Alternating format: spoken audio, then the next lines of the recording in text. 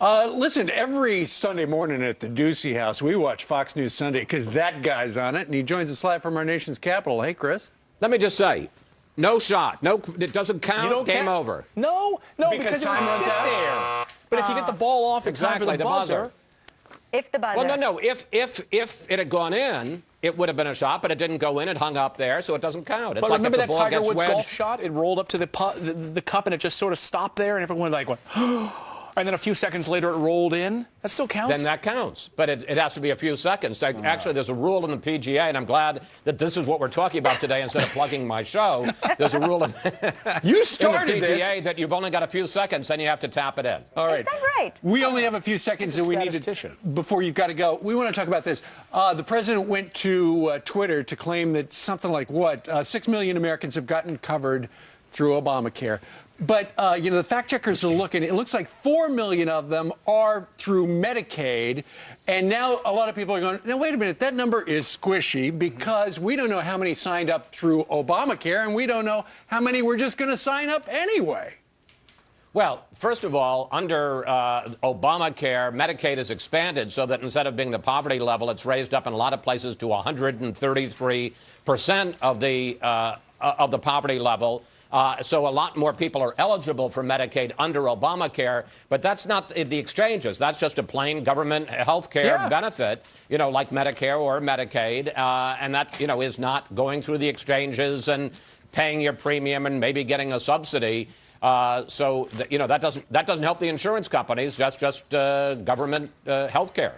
Sure, and the president wound up getting 3 Pinocchios from the Washington Post because it's just not true. Certainly and did. It also, might I say, when they talked about they needed for Obamacare to work, they needed the 7 million people to sign up. Yep. Those people don't go against the 7 million. That's a completely separate category. On the other hand, they may be people who are uninsured who, because of the expansion, the raising of the poverty level, are now covered, so it's good for them.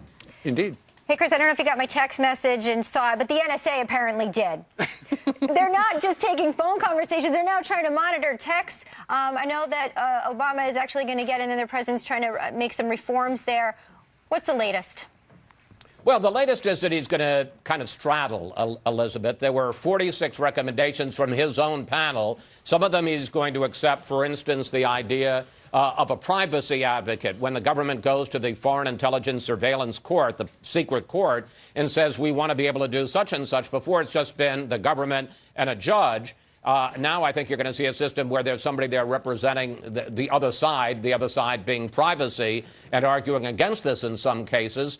There's a reasonable argument that there be an adversarial proceeding, although the concern that some people are mentioning in the national security community is just going to slow it down and just going to make it harder for the government to catch the bad guys. On the other hand, there was all this talk about the government holding all of the metadata, all of our phone records, the number that my phone number calls and how long we talk, not the content. And there was an idea maybe the phone company should hold on to this or a third party. And they went through this, and apparently the president isn't going to go for that because the phone companies don't want any part of this. Right. So it's going to be a kind of, one from column A and none from column B. We're going to be talking on Sunday to the former NSA chief, Michael Hayden, about whether or not the president has endangered our security. Also to, and you can see there, the chairman of the Senate Judiciary Committee, Pat Leahy, who has put in a bill that would even dramatically increase the privacy safeguards.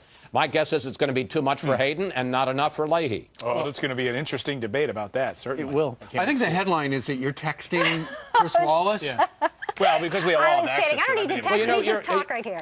Let me just say, you and Tim are safe because I wouldn't know how to get a text on my telephone if you... I don't know. It's very upsetting. I go to my 6-year-old grandchild and I say... I say to my grandchild, help Bomb do this, will you please? He doesn't text. He only uses Snapchat. That's right. Chris Wallace, host of Fox News Sunday. Snap what? There you go. Sure, good. Like you don't know. He's kidding. Thanks, Chris. He just sent me one. Yeah. It was adorable, by the way. We'll be watching on Sunday. This is not a Snapchat. This is a news chat. Snap over to Heather. Clayton, we got to get you down there to give him a little tutorial, don't we? Yeah, on Snapchat. On Snapchat. Get that on video. All right. Okay. Thanks so much, guys. Good morning to you all. Well, listen to this story coming out this morning. He murdered a pregnant woman in cold blood after he sexually assaulted her. And now the killer's family says that he is the one who suffered. Dennis McGuire was executed for his crime, but his family says that the execution process took too long because there was a combination of new drugs that was used, and those drugs had never been used on anyone before.